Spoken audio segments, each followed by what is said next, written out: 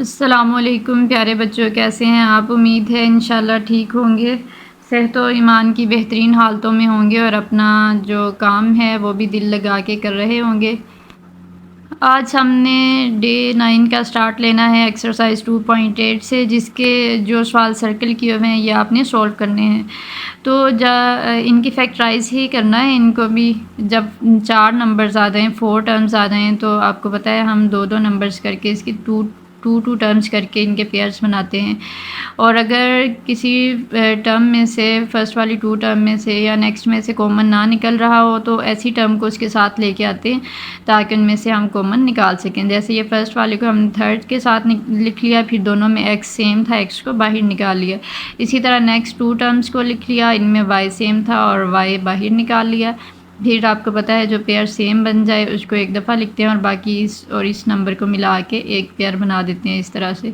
और अगर कुछ सवाल ऐसा आ जाए जिसमें कॉमन ना निकल रहा हो किसी टर्म में से, तो फिर उसमें हम नंबर चेक करते हैं, नंबर कौन सा कॉमन निकलेगा। तो ऐसा नंबर जिस पे दोनों नंबर्स डिवाइड हो रहे हैं वो बाहर निकल जाता है। जैसे यहाँ 10 वाले में क्या हुआ, फर्स्ट वाली दोनों टर्म में तो x सेम है, x को बाहर निकाल दिया, यहाँ 2x थे, एक ही रह गया और यहाँ x बाहर चला गया, 13 रह गया। यहाँ अगर देखें तो यहाँ से x बाहर नहीं जा रहा, तो यहाँ पे हम नंबर को चेक करेंगे। 2 बाहर निकल आया यहाँ पे, प्लस माइनस माइनस, यहाँ पे सिर्फ x बच गया और 13 2 ज़ा 26। तो डिवाइड करने के बाद जो 13 आंसर आया वो हम यहाँ राइट करेंगे। अब x-2 का एक पेयर बन जाएगा, x-13 एक पेयर बन जाएगा। इसी तरह यहाँ पे निकालेंगे, इधर से तो x निकल आएगा, यहाँ से 4 8 ज़ा 32 4 निकल आएगा।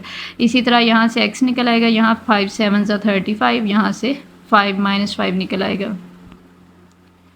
उसके बाद एक्सरसाइज 2.9 है, इसमें भी आपने फैक्टराइज ही करना है, लेकिन यहाँ 3 नंबर्स हैं और कुछ में सेंटर में प्लस का साइन है और कुछ में माइनस का साइन है। तो यहाँ फार्मूला का डिफरेंस आएगा, जहाँ प्लस का साइन है वहाँ आपने a+b होल स्क्वायर वाला फार्मूला लगा देना है और जहाँ माइनस का साइन आएगा वहाँ a-b होल स्क्वायर का फार्मूला।